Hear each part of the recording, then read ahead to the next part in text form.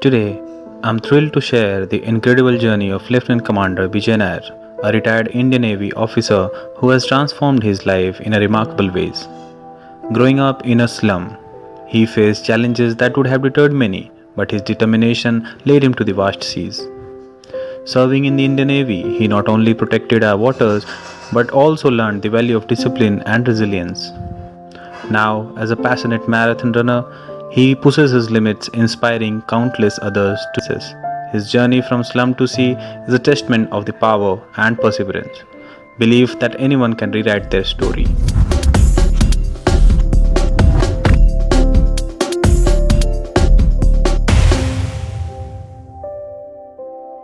Jai Hind sir and welcome to our Indian Warrior Talk Show. And our today's guest is Lieutenant Commander Vijay Nair sir, who is a retired Indian Navy officer and is also a passionate author.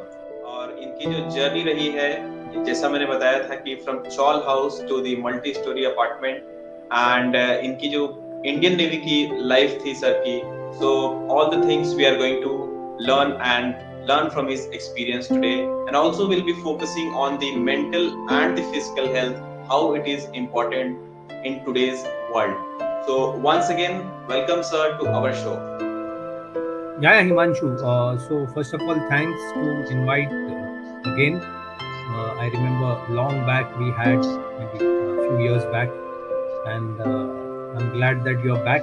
With another episode, and must appreciate the way you have taken the setbacks, because losing an account that to 2-3 times is not easy. लोग give up मार देते पहले में कि छोड़ देते हैं करके, but that show the passion in terms of not only growing your channel, that is one aspect, but the very fact to help people, to help the aspirants to get connected, to invite people like us. So yeah, congratulations again, and I'm sure that this time all the protocols and all those things would be taken care. Yes, sir. Thank you so much, sir. And before 4 years, also you were our first guest on. तो 3-4 साल बीत गए and recently we met in a person also, and it was, I think, आपकी जो life है वो personally connect होती है बहुत सारे लोगों से, क्योंकि हम देखते हैं like as I mentioned, you used to live in a 10 by 10 chawl house in your childhood. So शुरू से शुरू करते हैं sir, how journey all started, like आप अपने थोड़ा चाइल्डहुड के बारे में बताइए, कहाँ पे कैसे गुजरा आपका childhood? Yeah, so journey was not that easy because मैं मुंबई में पला बड़ा हुआ.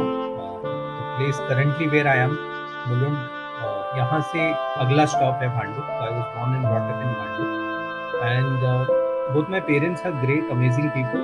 But वही है ना कि each one of each, मैं हर टॉक में भी बोलता हूँ कि हर फैमिली में एक generation has to suffer, one generation has to suffer. And मेरे माता पिता केरल से ऐसे, तो they are from a place called Calicut in Kerala, and जो वो लोग बम्बई शादी करके when they settled, so Mumbai was not easy to leave. For that matter, any urban city is not easy to leave unless you have a decent paying job to take care of your various aspects. और बस वही चलते वो लोग मुंबई में 1974-5 में आ गए. Daddy तो थोड़े पहले आए थे, एंड तब उनके पास नौकरी के नाम पे कुछ थी नहीं. So he started his career as a taxi driver, and धीरे धीरे करके किसी कंपनी में शॉफर करके लग गए, किसी he was driving someone. And but उन्होंने रियलाइज किया कि पढ़ाई बहुत इंपॉर्टेंट है, तो नाइट क्लास करके टेक्नीशियन का कोर्स कर लिया, ITI technician. That is how he became electrician. उन्होंने घर ली शादी के बाद, एंड मुंबई में घर मतलब those days lot of struggle was there. Globalisation हुई नहीं थी, तो मार्केट अपॉर्चुनिटीज बहुत कम थी, जॉब बहुत कम थी, मारामारी होती थी, इसलिए लोग एक एक जॉब पे 40-40 साल, what ever humiliation they would have, कितना भी कुछ सहना पड़ा होगा तो भी वो जॉब नहीं छोड़ते थे. एंड टिपिकली वही दरमियान they bought a house in Bhandup. I was born there. मेरे फिर 2 भाई और है हम ही सब लोग वहाँ पे। तो दो our house was small but दिल बहुत बड़ा हमेशा, यू नो। 110 स्क्वायर फीट का घर इज नॉट इजी। करंटली अभी मैं एक छोटे से बेडरूम, मेरी डॉटर का बेडरूम में बैठा हूँ, यही उससे बड़ा घर था पहले, यू नो, इससे भी छोटा था हमारा घर। And 5 of us living, but it was a happy place, you know। एक होता है कि कितना भी बड़ा बंगला आप महल में रह लो, अगर आप खुश नहीं हो तो it is as good as, you know, not living. But हमारे यहाँ छोटा सा घर में भी all be very happy, you know. हम उसके अंदर क्रिकेट भी खेलते थे, हैंड क्रिकेट खेलते थे, टीवी होती थी एक छोटा सा, and life was good. All 3 of us we boys, our boys. तो पूरे मोहल्ले के बच्चे हमारे यहीं पड़े होते थे, यू नो, छोटे से घर पे। We had lots and lots of friends. So that is how the बचपन was. And मैं एक छोटे से स्कूल से हूँ, इंग्लिश मीडियम स्कूल से, जहाँ हम ज़्यादा इंग्लिश बोलते नहीं थे, टिपिकल, नाइदर अ कॉन्वेंट और अ मिलिट्री स्कूल, कुछ भी नहीं, एक साधारण ट्रस्ट का स्कूल था। एंड बट बच्चे एम्बिशियस थे, बिकॉज सारे बच्चे हमारे जैसी थे, तो एवरीवन न्यू कि कुछ करके निकलना है, you no. And most of them बहुत कम ऐसे बच्चे होंगे जो यू नो वो आउटलाइन या ऐसे में निकल गए, बिकॉज एवरीवन वाज एम्बिशियस। वहाँ ये होता है कि यहाँ से ये स्ट्रेट ऑफ सोसाइटी से बेटर करे, कैसे करे लाइफ, बट वेरी हैप्पीली। तो वैसे वैसे चलता गया, एंड काफ़ी लोग आते गए घर पे। एंड तभी कैसे होता था ना, आज के डेट में अगर आप कितना ही बड़ा घर ले लो, बाहर से कोई मेहमान आ गया तो ऐसी तप जाती है आपकी कि यार ये कब जाएगा। हमारे यहाँ तो ऐसे था कि यार मेहमान पे मेहमान आते थे गाँव से, उसी में एडजस्ट करते थे, यू नो। उनको बेचारों को पता नहीं होता, वो बॉम्बे का वो ताव सुन के आते थे, अरे मुंबई जा रहे, मुंबई बम्बई जा रहे। यहाँ आके देखा तो बोला अरे माँ तो घर भी ऐसे, इनका पब्लिक टॉयलेट होता है। तो वो 4-5 दिन में भाग जाते थे वापस, बोलता था नहीं, क्योंकि गाँव से सब आते थे, खुला बड़ा बड़ा घर, यू नो, ऐसे होता था। So very happy time, and yeah that's how I grew up. बहुत ही इंस्पायरिंग जर्नी है सर। एंड आई थिंक जितने भी मुंबई में मैंने देखा अभी रिसेंटली व्हेन आई विजिटेड, तो mostly people are dependent on locals, और ज्यादातर जनता तो चौल में ही रहती है, because I know it's not very easy for everyone to afford a house in a posh area या नॉर्मल एरिया में भी मुंबई में घर खरीदना इट्स नॉट वेरी इजी जो एक नॉर्मल जॉब करता है। And your journey from that 10 by 10 house to right now when I visited, it was a multi-story building. So that is really inspiring, and I hope that everyone keeps on working on that dream, and जो भी जिसको चाहिए life में वो सभी को achieve हो। तो लाइफ में सर एक मेंटोर या फिर रोल मॉडल का बहुत ही ज्यादा इंपॉर्टेंस होता है। तो आपकी लाइफ में who was that person who motivated you throughout your journey and अभी भी वो इंस्पायर कर रहा है?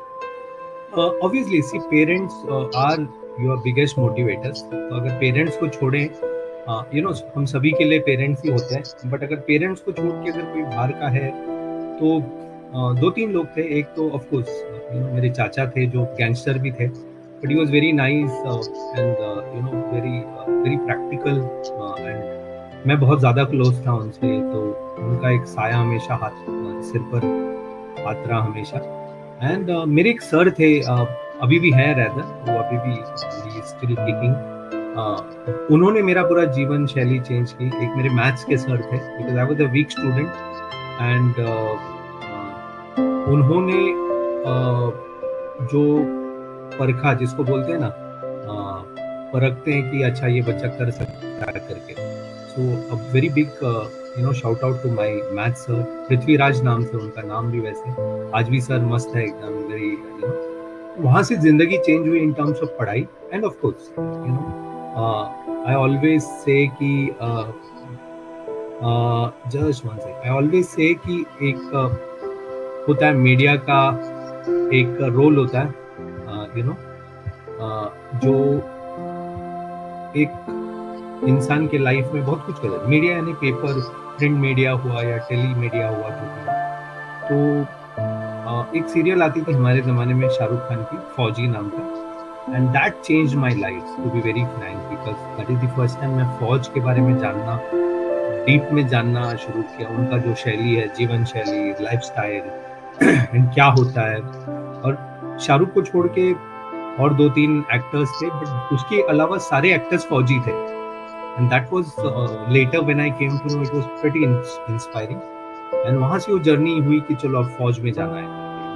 Otherwise तो being from a background where चाचा गैंगस्टर है या मारा मारी हो रही है आपके मोहल्ले में, you see Bombay of those days, it was always gang war infested. तो वहाँ से निकल के फौजी was that serial which changed my life. मैं सब जगह बोलता भी हूँ, और कभी शाहरुख खान मिल गए ऐसे 1-to-1 तो डेफिनेटली गले मिल के बोलूँगा कि he changed perception of life. उसके लिए तो एक सिर्फ एक एक्टर था, शायद वो मायने भी नहीं रखा होगा, बट हमारे लिए वो फिर बॉर्डर फिल्म जहाँ सन्नी देओल या जैकी श्रॉफ को देखे चिल्लाते हुए या ये, everything had an impact because media का बहुत असर होता था. एंड कुछ रियलिस्टिक स्टोरीज, परमवीर चक्र जैसे अब्दुल हमीद हुए, पीवीसी अब्दुल हमीद, मेजर सोमनाथ शर्मा, इनके स्टोरीज पढ़ के, मेजर शैतान सिंह, इनके स्टोरीज पढ़ के बड़े हुए. एंड तो जज्बा था कि फौज में जाना ही है करके, what ever happens, what ever entry, how ever it is, try तो तब तक करेंगे जब तक खुद फौज ना बोले कि हो गया, एज हो गया अटेम्प्ट का, सो बस वही जज्बा रहा. एंड उसके चलते I gave my NDA exams, National Defense Academy. It was tough, it was tough because, but focus थे काफी. So I cleared my NDA returns, I went to SSB. SSB में भी SSB जब गया ना तो ऐसे था कि यार कहाँ आ गए करके, एक inferiority complex आ गई सबको देख के, because हम कभी उतने बड़े मंच पे गए नहीं थे, where people from all background are there, and it was very, बोलते हैं ना, मेरे लिए एक बहुत ऐसा अनुभव था कि यार कहाँ आ गए करके. बट कॉन्फिडेंस था, भयंकर कॉन्फिडेंस, बिकॉज वो बोलते हैं ना गली वाला कॉन्फिडेंस होता है कि आप ऐसे मोहल्ले में पले हो कि वहाँ पूरा सिर्फ कॉन्फिडेंस का ही खेल होता है सब कुछ. सो इंग्लिश मैनेज की कैसे तो, और जो भी SSB में थे, जब PI हुआ, they were very impressed with my background and the story and what I wanted to be. तो जब फाइनली कॉन्फ्रेंस के बाद जब नाम शॉर्टलिस्ट होता है तो I was very happy and surprise कि आई गॉट शॉर्टलिस्टेड. फिर मेडिकल के लिए गए, तब तक तो मुझे ऐसे था कि मेडिकली कोई इशू होगा ही नहीं, because I was always fit even today, but my eyes gave some problem, थोड़ी इशू आ गई. And then medically I was TR, temporary reject, and then मुझे परमानेंट मतलब टेम्पररी रिजेक्ट के खिलाफ अटेंड ये करना था दिल्ली में MH में, बट पैसे नहीं थे वहाँ जाने के लिए, in spite of that. And so that's how the thing happened. So मुझे अभी ऐसे लगता है कि अगर शायद तभी अगर वो अटेम्प्ट ले लिया होता तो शायद मैं NDA से निकल जाता हूँ. I would have been आज लाइफ की शैली अलग होती है, maybe I am not saying मैं ऐसी होता आज जब शॉर्ट सर्विस करके अभी हूँ, तो ये भी बहुत ही प्यारा है. But so many things happened. Navy में चला गया, वहाँ अगर गया होता तो शायद मैं आर्मी में चला जाता NDA करके, depending on that. So yes, ये जर्नी थी and I came out medically reject. Then फिर अभी क्या करे क्या, so the next best option was engineering, क्योंकि मुझे ऐसे था कि यार टेक्निकल कोर्स करना है करके. एंड ये भी पता था कि एक टेक्निकल एंट्री भी होती है फ्यूचर में. सो आई गेव अगेन. तो इंजीनियरिंग में बड़े not with a wholesome heart, क्योंकि मुझे मेरा दिल कहीं और था, बट इंजीनियरिंग ले ली. Went to hostel. I was a under privilege student, जो जिसको स्पॉन्सर्ड स्टूडेंट जिसको बोलते हैं, और वहाँ गए हॉस्टल में. तो बट कन्वीनियंटली भूल गए कि हम स्पॉन्सर्ड स्टूडेंट है, तो हॉस्टल के चकाचौंध में रह गए. Typical of, there is nothing wrong in that. सुट्टा अट्टा मारना, फिर गुड फन. दोस्त अच्छे थे, वेरी क्लोज फ्रेंड्स, पढ़ाई में भी अच्छे थे, but I was average. And पहला 2 साल वाज भयंकर, lot of KTs and things like that. And subsequently जब थर्ड ईयर में थे and with so many backlogs, and that is the time हमारे नोटिस बोर्ड में short service tech entry navy के बारे में जानकारी मिली, क्योंकि हमारे प्रिंसिपल एक एयरफोर्स के रिटायर्ड विंग कमांडर थे. So that helped. और फिर जब वो देखा तो क्वालिफिकेशन वाज कि last 2 years you need first class, and 2 साल बचा था तो जर्नी चेंज हो गई, तो life change again. So I became very focused on my dream of yet again trying for the navy. And मुझे नेवी जाना था, बिकॉज मैं बचपन में मैं नेवल कॉलोनी के पास ही पला बड़ा हुआ. वहाँ देखते थे, एक इंसिडेंट ऐसे था कि जब पकड़ा गए अंदर ट्रेसपास करते हुए, तो एक नेवल ऑफिसर ने पकड़ा. I was so mesmerised with the uniform, तो ये था कि जाना ही है करके. एंड ऑफ कोर्स फिर एसएसबी इंटरव्यू दी फिर से, एंड फिर से शॉर्टलिस्ट हुए. एंड मेडिकल हुई, मेडिकल में सेम इशू आए, बट तभी भी शायद हो जाता है. It was just a matter of luck, a border case. And this time I got in medically in, and then उसके बाद तो just it was matter of merit आना, and I was all India rank 4 in the merit. So ये मेरी जर्नी थी, and that's how I reached the academy. So can you share some memorable experience from your Navy life? So the journey itself was very memorable. First of all, we are from the Naval Academy. हम लोग Indian naval academy, अभी जो एईमला है, पहले गोवा में होता था, मांडवी में. सो पहले तो हम बहुत खुश थे जब गोवा बोले, तो the moment you come to know you are going to Goa, मैं तो लाइफ में फर्स्ट टाइम जा रहा था. तो ऐसे था कि वीकेंड में लिबर्टी मिलेगी, घूमने मिलेगा, बीचेस पे जाएंगे, मजे करेंगे, ये करेंगे वो. बट वहाँ पहुँचते ही ना सब कुछ मारा गया. गोवा हो या बॉम्बे हो, कोई फर्क ही नहीं पड़ा, बिकॉज हम एकेडमी के अंदर ही बंधे रहे उतना टाइम. एक आध बार 2 बार लिबर्टी मिली. एक बार कैंप्स में था, कैंप्स का जो था, कैंप्स गोवा टू महाराष्ट्र, कहीं कैंप गोवा टू कर्नाटका एक कैंप लेके गए थे, और दूसरा एक लिबर्टी मिली थी. बहुत कुछ अच्छा डीएसटी वगैरह क्लियर हो गए थे, तो लिबर्टी मिली थी. That was the 2 time where we got. Otherwise naval academy was very beautiful. बहुत टफ था. आजकल मार्कोस की ट्रेनिंग होती है वहाँ पे, मरीन कमांडोज की अभी, तो तभी हम लोग रगड़ते थे वहाँ. And every day was an adventure, because आपको फौज के तौर तरीके सिखाते हैं वहाँ पर एकेडमी में. एंड दौड़ के चली होता था. We never walked in that term, because I was from the direct entry technical. तो बहुत चैलेंज होते थे, पनिशमेंट तो आए दिन रात मिलते थे. Maintaining the uniform, you had 10 type of uniform, number 1, number 2, 1A, 2A, फिर आपका 6A, 6Bs, 4A, 4Bs, 8As, 8, फिर आपका 10As, फिर बैटल रिग, पीटी रिग, अलग अलग स्पोर्ट्स रिग, और सब कुछ चकाचौंध होना चाहिए.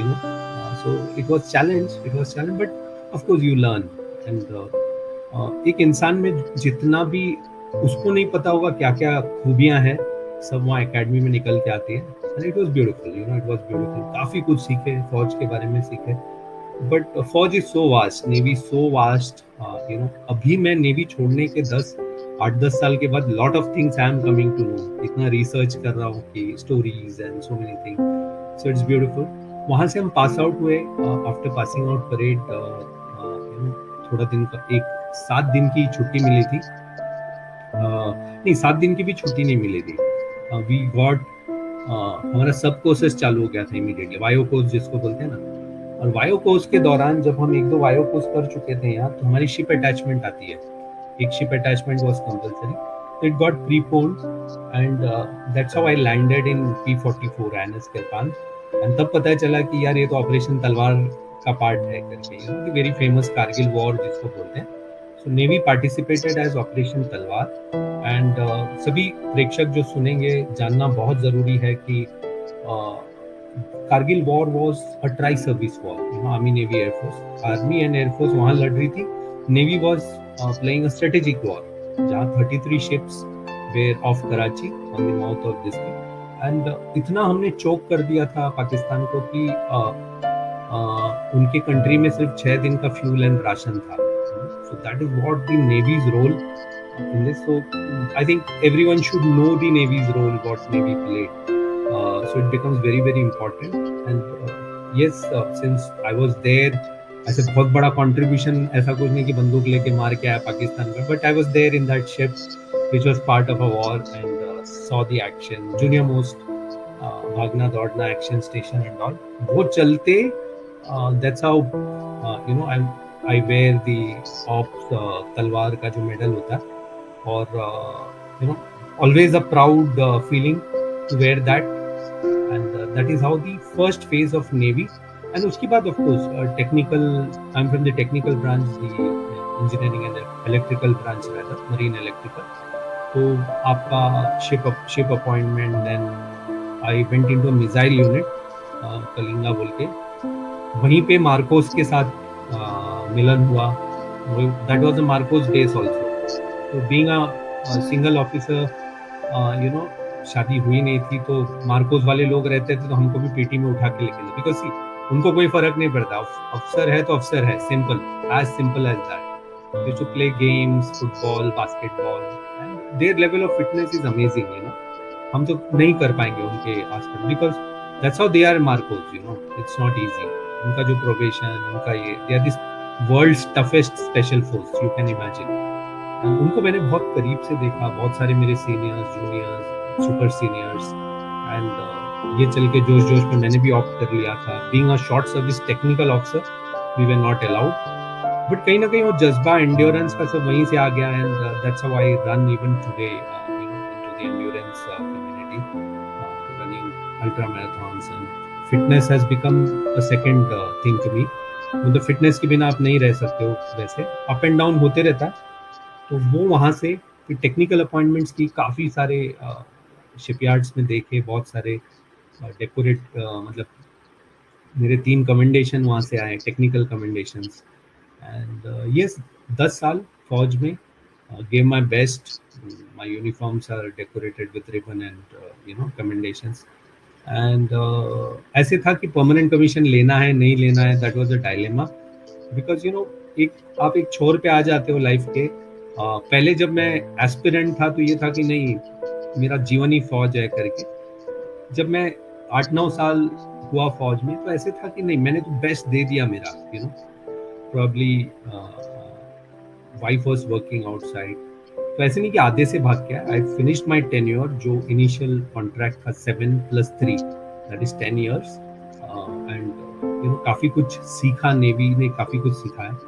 सी, we are because of navy, we are because of the arm forces हमसे नहीं है. सो एवरी इंडिविजुअल को तराशती है, and whatever we are today and whatever I am today, the identity या रेस्पेक्ट, जो भी कुछ बोलो, ये फौज की बदौलत है. फौज नहीं होता तो शायद ही आज हम यहाँ होते हैं, प्रॉब्ली मर भी गए होते गैंग वॉर वगैरह यहाँ वहाँ मार के. So that was my naval journey.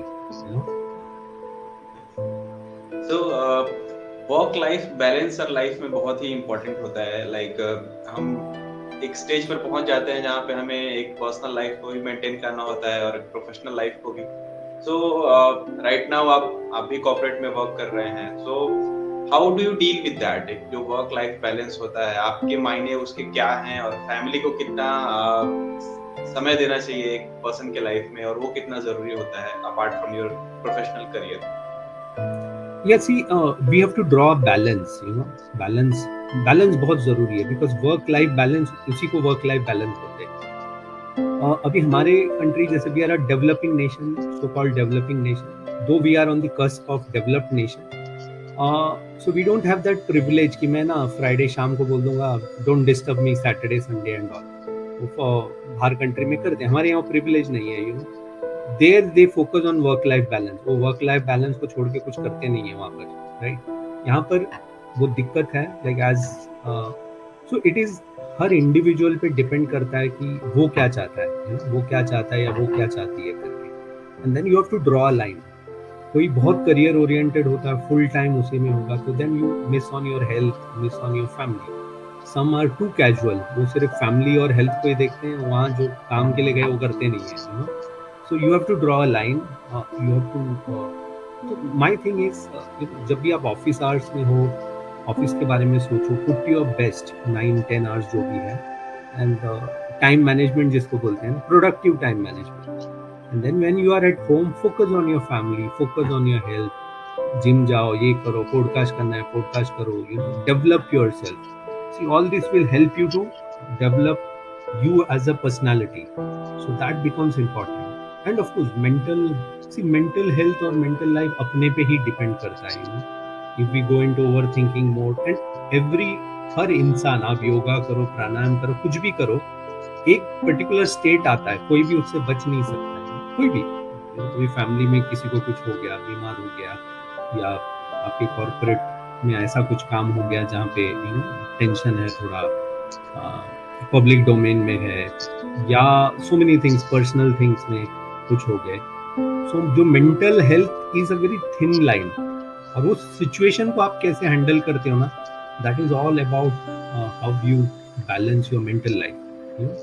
And अगर आप बहुत ओवर थिंकिंग करते हो, सिर्फ उसी के बारे में सोचते हो, अब रात को नींद नहीं आ रही है, then you are screwed, you know, you are screwed. So it is upon every individual. मेरे लिए, मेरा मानना ये, आप कितने भी बड़े हो, कोई भी हो, including prime minister of India, आपको बात करने के लिए कोई तो चाहिए, यू नो. और हर इंसान का कुछ ना कुछ होता है, like somewhere or the other, everyone. कोई भी ऐसा नहीं कि मैं संत महात्मा हूँ, everyone needs someone to talk. तो आपको वो डिफाइन करना है, आपके इर्द गिर्द वो 2-3 इंसान कौन है जिससे जाके आप जब मन हल्का कर सको ना. ये भी नहीं कि सबको जाके बताओ, then it becomes rumour, you know. तो ऐसे एक दो लोग होना चाहिए जिसके पास आप जाके रो सके, जिसके कंधे पे आप सिर रख के बोल सके, मुझे भाई ये प्रॉब्लम है, you no, whatever, mental, physical या इमोशनल, यू नो, ऐसे है. So you should need that good friends. That is why it is important to have friends, you know.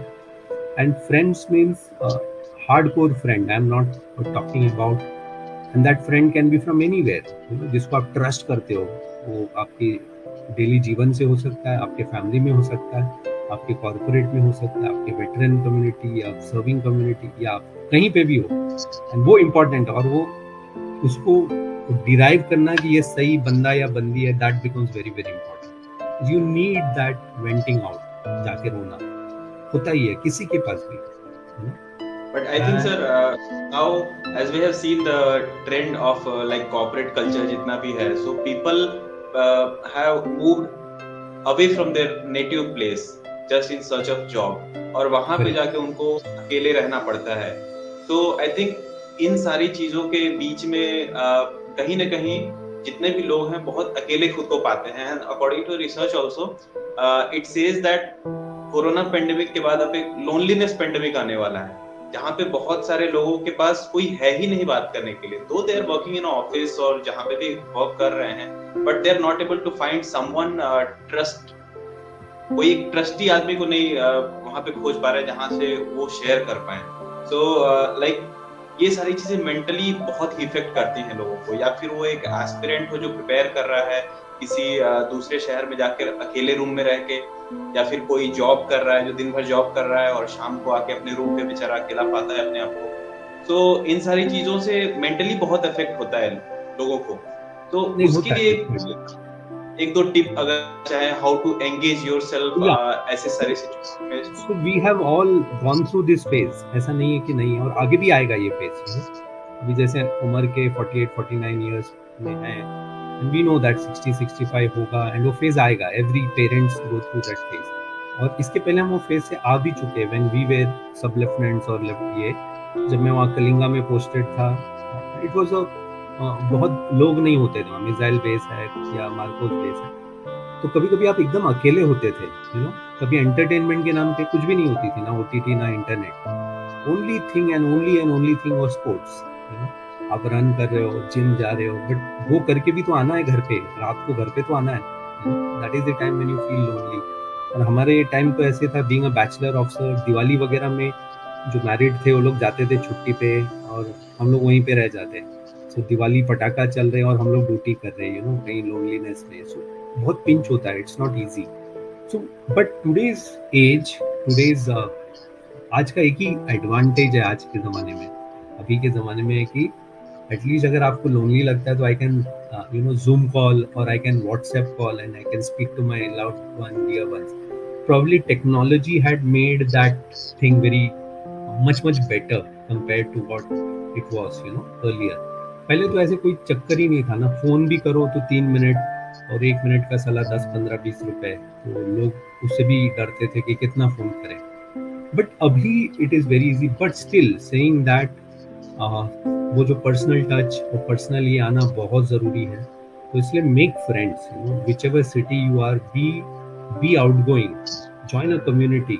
मतलब आपकी जो हॉबी कम्युनिटी है, जैसे मैं रनर हूँ तो we have a running community, मैं बुक रीड करता हूँ तो we have book reading community, we have a veterans community, we have a defence aspirants community, we have. So अगर आप ऐसे 4-5 कम्युनिटी के ये होते हो तो you will find yourself spending time. और आज तो कैसे, आज के ज़माने में कहीं ना कहीं आप कोई भी शहर में हो, कोई ना कोई इवेंट और कुछ एक्टिविटी चलती होती है। Meet people and then you need to be very very clear yourself. आप भी एक अच्छे इंसान होना चाहिए।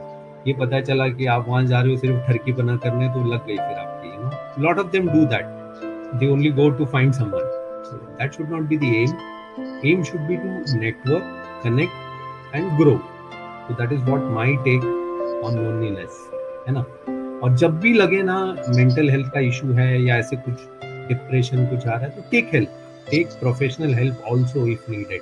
काउंसलिंग करो, डॉक्टर से मिलो, there is nothing wrong, nothing wrong in that. वैसे आई बिलीव कि जितना हम ओपन अप होंगे इन सारी चीजों को लेकर के, उतना ही हमारा जो प्रॉब्लम है वो सॉल्व होगा। Otherwise if you don't share with someone, it start eating up from inside, और वो धीरे धीरे बढ़ता जाता है and it takes another turn in life.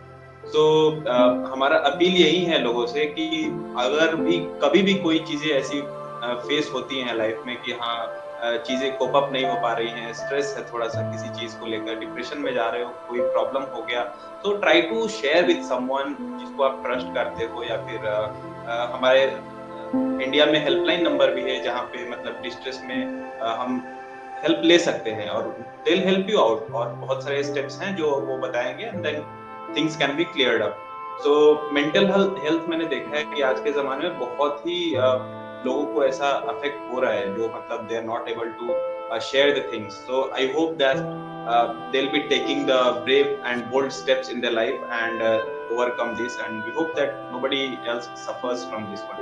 So apart from mental health sir, I think physical health is also very important and goes parallelly, right? So आपकी life में physical health का क्या इंपॉर्टेंस रहा है अभी तक, और अभी आप कैसे कोप अप कर रहे हैं इन सारी चीजों?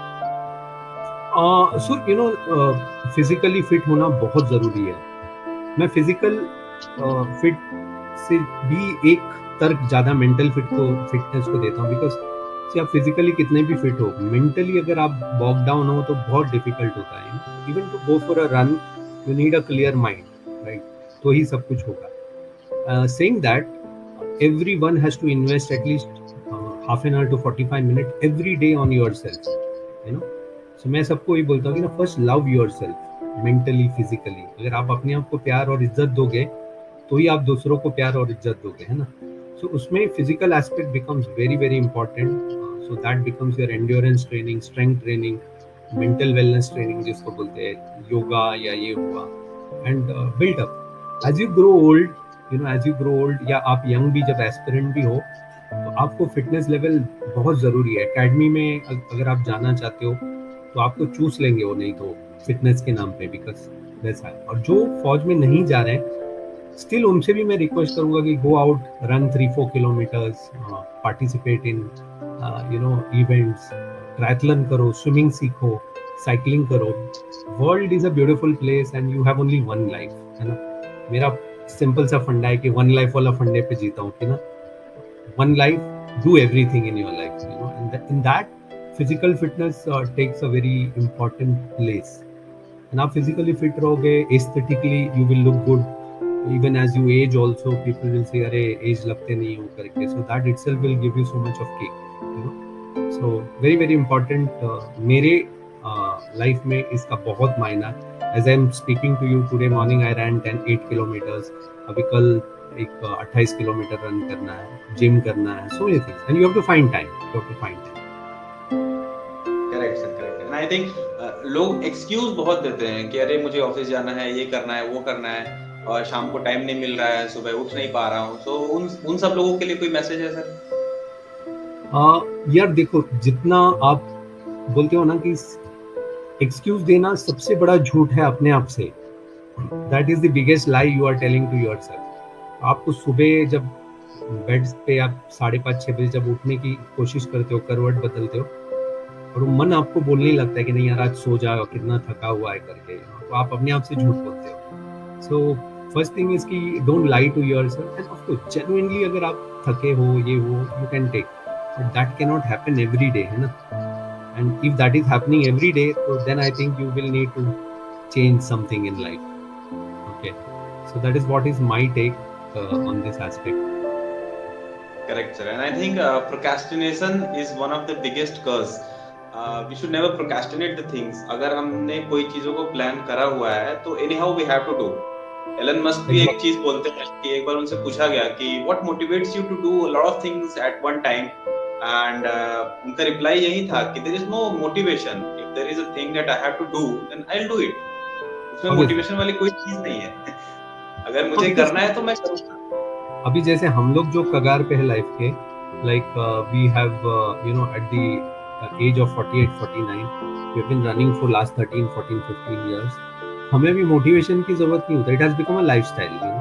आप सैटरडे सुबह कभी भी उठो या शाम को टाइम होता है तो हम मूवी देखते नहीं बैठते। I will go to gym and workout, I will do CrossFit और I will do some form of the physical activity, कुछ नहीं तो वॉक करके आ जाऊंगा, but I won't spend 3 hours 4 hours watching some movie or stuff like that, you know. So ये है कि motivation is all about how you perceive, है ना। Of course. And apart from this your physical activities and your corporate work and all, आपने books भी लिखा हुआ है sir, so please share something about those, and कोई upcoming book है या फिर anything like that. So my you know like I was an avid reader पहले से। उसकी भी जर्नी थी कि मुझे इंग्लिश आती नहीं थी ढंग से एक जमाने में, and to overcome that is how the you know everything happened, and धीरे धीरे I started loving books. So when you start loving book, you also tend to write so many things, correct? And इसी चलते I used to write stories, blogs and छोटे छोटे navy days से मेरे कुछ article navy magazines में publish होना चालू हुआ। That time lot of people came back saying that you have a good sense of writing, various thing, humour हुआ या सीरियस टॉपिक्स हुए या जनरल लाइफ में। That's how I developed it. And फिर मेरी जो पहली किताब आई थी that was a writing of almost 10 years of this thing, you know, stories, लोगों के बारे में लिखता था to get. And that is how when Crossword approached me and they said, why don't we collaborate to make a book? That is first book. They Inspire आया first book and that became a hit. It was a bestseller. फिर बहुत सारे बीच में anthologies आए। Anthologies जहाँ 6-7 author मिल के लिखते हैं, ऐसे 5-6 किताब आए। फिर मेरा सेकंड किताब आया भाग, which won me award at you know national level. And उसके बाद 1-2 एंथोलॉजी आया। अभी 2-3 और चीज़ों पे काम चल रहा है। So very soon you know एक book will come on my own life story from chawl to slums to sea करके। एंड देयर आर एक नेवल फौजी ह्यूमर पे एक किताब आने वाली है। So yeah so many things happening. Only thing बहुत टाइम चाहिए होता है लिखने के लिए। As an author you require time and you can do you cannot be an author to earn money. ऐसे नहीं होता है इसमें। It is more about passion. It is more about how you want to give it to society. और मेरा कहीं ना कहीं था लाइफ में कि ऑथर वाला बकेट लिस्ट होना चाहिए, टिक मार्क होना चाहिए करके। So that happened. That is also very inspiring, sir. And I hope कि जितने भी आपकी स्टोरीज आएंगी अभी जो आपने अभी बताया from slums to sea, that will be very inspiring. क्योंकि मैं पर्सनली बहुत इंस्पायर हूँ आपके लाइफ से, क्योंकि इट्स नॉट वेरी इजी। जैसा मैंने बताया कि फॉर एवरीवन, बहुत सारे लोग की लाइफ क्या होती है, एक गांव में शुरू हुआ और वहीं पर ही खत्म हो गया। लेकिन ऐसे जगह पे पहुंचने में it takes a hell lot of effort, and I know that. और एंड वी होप दैट जितना भी हमने आज डिस्कस किया है it will be very helpful, और hope that it goes to everyone those who want to join the forces, और जिनके पास भी एक्सक्यूजेस हैं लाइफ में कि हाँ मेरे से ये नहीं हो रहा, मुझसे ये नहीं करा जा रहा, so they'll also be little bit motivated कि नहीं मुझे करना है। और I know that कि लाइफ में एक्सक्यूजेस का कोई प्लेस होता नहीं है वैसे, लेकिन सर आपकी journey has inspired since I think for 5 years you are on the Instagram and doing your storytelling, and you have conducted a lot of sessions and also the TEDx. TEDx talks. तो TEDx से कोई experience, best experience वहाँ का कोई रहा तो Yeah, sir so please TEDx, share. in fact, आज एक TEDx था आज इंदौर में, so I was supposed to go there, but थोड़ा weekend I got some personal requirement घर पे, तो फिर I couldn't go. See, TEDx makes you, or for that matter, any public speaking, you know, आप में बहुत confidence भरता है और आपकी story कई लोगों तक पहुंचाती है। And TEDx जैसे जो ये है पैटर्न है जहाँ आपके पास 19 minutes होता है and you have to summarize your 19 minutes में सब कुछ, that is amazing platform to be, and you know, एक आपके बायो में भी एक चार चांद लग जाता है कि आप TEDx स्पीकर हो करके, because once you are a TEDx speaker people look you in a different way, right? And I'm TEDx speaker for 7 time, आज 8 होता, ऑलरेडी दो इनवाइट आ चुके हैं, बॉम्बे में है, तो अभी हम just bit choosy you know about the event कहाँ पर है करके, बिकॉज बहुत टॉक्स आ गए, एंड टॉक्स कैसे आप हर बार अलग स्टोरी नहीं ला सकते, आपका एक ही स्टोरी है, यू नो, आप फिर उसको कितने बार बोलोगे और क्या ही बोलोगे, इसलिए lot of people approach for podcast, and then you know the intent, आजकल मैं इंटेंट देखता हूँ कि what is the intent of podcast, because so many podcast are already available, अगर मैं कुछ नया दे पाता हूँ या someone whom I am connected for so many years, like you are there, probably कोई अगर नया बंदा बोलता तो शायद नहीं आता, but then we know each other, and I know कि what where will this go finally and who will be benefited.